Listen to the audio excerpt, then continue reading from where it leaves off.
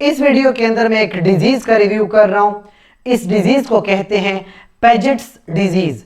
Bones की एक problem होती है पेजेट डिजीज, और इसमें होता ही है कि बोन्स आपकी एनलार्ज हो जाती हैं, बड़ी बड़ी हो जाती हैं, और जब बोन्स बड़ी होती हैं तो वो टेढ़ी हो जाती हैं, तो इसको पेजेट डिजीज कहते हैं।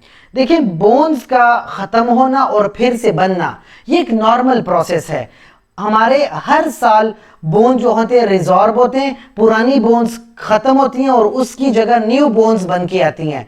इसको कहते हैं बोन रीमॉडलिंग। ठीक है, ये बहुत नॉर्मल प्रोसेस है, हर साल होता है।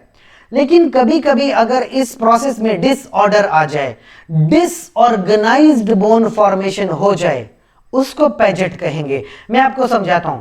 एक सेल होता है ऑस्टियोक्लास्ट, हमारे बोन्स के अंदर होता है।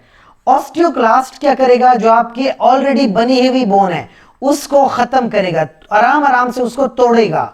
और जब ऑस्टियोक्लास्ट काम करेगा तो साथ में एक और सेल होगा ऑस्टियोब्लास्ट।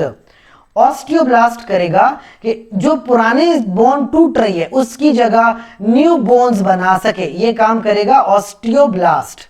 ठीक है, अगर एक प्रॉब्लम आ जाए और ऑस्टियोक्लास्ट की एक्टिविटी बहुत ज्यादा बढ़ जाए, यानी ऑस्टियोक्लास्ट जो बोन को तोड़ रहा है वो हद से ज्यादा तेज हो जाए, तो उसके मुकाबले में ऑस्टियोब्लास्ट भी बहुत तेज हो जाएगा। अब जब ऑस्टियोब्लास्ट बहुत तेज हो जाता है तो इसकी वजह से बोन्स कभी कभी बहुत बड़ी हो जाती हैं, एनलार्ज हो जाती हैं। और जब बोन्स बड़ी हो जाएंगी ना तो वो मिस शेप हो जाएंगी, इस तरह टेढ़ी हो जाएंगी, जैसे आप इस पिक्चर में देख सकते हो कि बोन टेढ़ी हो गई है। वजह क्या है?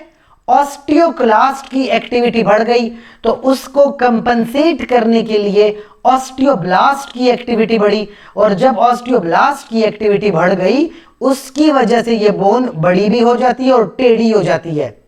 इसको आप कहते हो पेजेट्स डिजीज। इसमें होगा ये कि बोन के अंदर शदीद किस्म का पेन होगा, एक तो वो खराब बन गई, ऊपर से फ्रैक्चर होने का चांस भी बढ़ जाता है। जैसे आप अपने स्क्रीन पे देख सकते हो, पेजेट्स डिजीज टांगों में हो सकती है, सर में हो सकती है। तो इसको डायग्नोज कैसे करेंगे? सबसे पहले आप सादा काम करो, एक्सरे करवा लो। एक्सरे में आपको बड़ी मोटी किस्म की बोन मिलेगी, थिक बोन होगी, और उसमें जगह जगह स्क्लेरोटिक लीजन्स होंगे, जगह जगह से वो बोन लीजन होगी, जख्मी होगी, टूटी होगी। बोन स्कैन करवा सकते हो जिसमें जगह जगह पे आपको बहुत सारे स्पॉट्स मिलते हैं जहां से वो बोन अफेक्टेड है। चलिए, अब अगर ऑस्टियो जो पेजेट्स डिजीज है हो गई है, अब इसको ट्रीट कैसे करेंगे? एक तो मेडिसिन होती है फॉस्फोनेट, मेडिसिन है, ठीक है, फॉस्फोनेट्स, जैसे जोलेड्रोनिक एसिड है, एलेंड्रोनेट है, राइजेड्रोनेट है, पेमिड्रोनेट है, ये मेडिसिन हैं। फर्स्ट लाइन मेडिसिन है जो इस्तेमाल हो रही हैं पेजेट्स डिजीज में, इंजेक्टेबल होती हैं। इसके अलावा मेडिसिन होती है कैल्सिटोनिन। कैल्सिटोनिन बेशक ज्यादा इफेक्टिव नहीं है बट स्टिल इस्तेमाल हो सकती है। पेन अगर बहुत ज्यादा हो रहा है तो एनसेड्स होती हैं, जैसे कि ब्रूफीन है, नेप्रोक्सिन है, इस्तेमाल हो सकते हैं पेन के लिए।